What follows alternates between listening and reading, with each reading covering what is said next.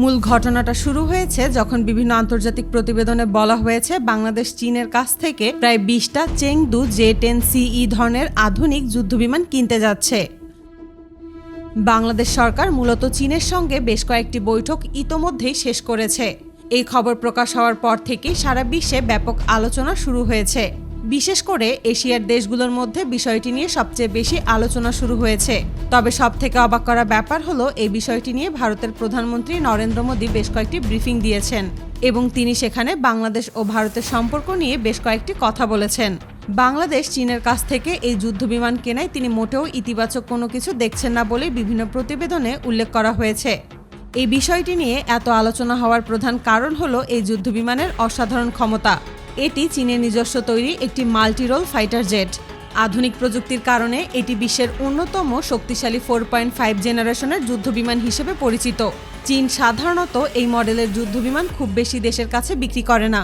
তারা মূলত তাদের বন্ধু এবং সহযোগী রাষ্ট্রগুলোর মধ্য থেকে হাতে গোনা কয়েকটি দেশের কাছে এই ধরনের যুদ্ধবিমান দিয়ে থাকে।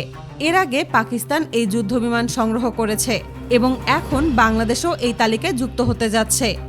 এই যুদ্ধবিমানে রাশিয়ার তৈরি অত্যাধুনিক টার্বোফ্যান ইঞ্জিন ব্যবহার করা হয়েছে।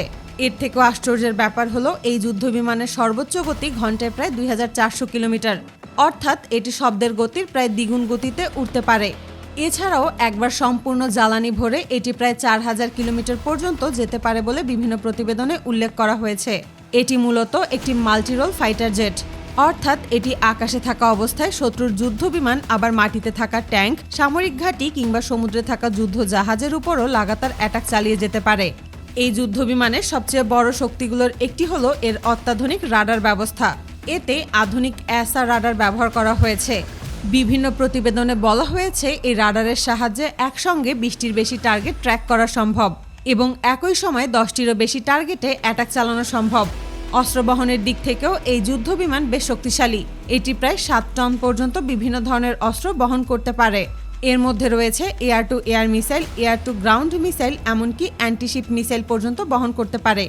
ভারত এই বিষয়টি নিয়ে যতগুলো সংবাদ সম্মেলন করেছে তাতে বোঝা যাচ্ছে যে ভারত মোটেও এই বিষয়টি নিয়ে খুশি নয়, কারণ দীর্ঘদিন ধরেই ভারত ও চীনের সম্পর্ক খুব একটা ভালোভাবে যাচ্ছে না। সীমান্ত নিয়ে দুই দেশের মধ্যে বহুবার উত্তেজনা দেখা গেছে।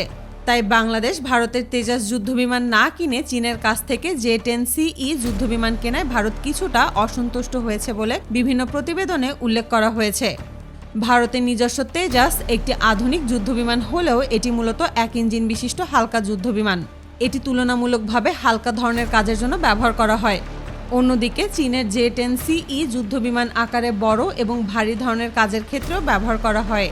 একই সঙ্গে এটি বেশি পরিমাণ অস্ত্র বহন করতে পারে এবং দীর্ঘ দূরত্বে কাজ করতে পারে।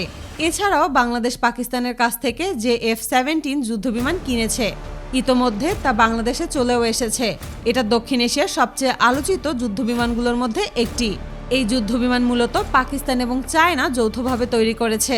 এই বিমানের সবথেকে অবাক করা ব্যাপার হলো এর গতি। এটি প্রায় 2000 কিলোমিটারের কাছাকাছি গতিতে উড়তে সক্ষম।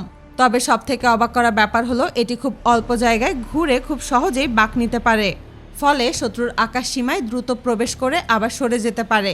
এই যুদ্ধবিমান দীর্ঘদিন ধরেই পাকিস্তানের বিমান বাহিনীতে সফলভাবে কাজ করছে। চীনের কাছ থেকে যুদ্ধবিমান পাওয়া এবং পাকিস্তানের কাছ থেকে যুদ্ধবিমান পাওয়া এই ব্যাপারগুলো নিয়ে ভারতের বিভিন্ন মহলে আলোচনা চলছেই।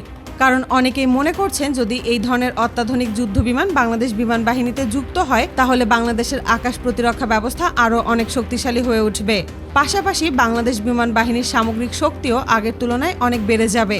আর এই কারণেই দক্ষিণ এশিয়ার অনেক দেশ এখন এই বিষয়টির দিকে বিশেষভাবে নজর রাখছে।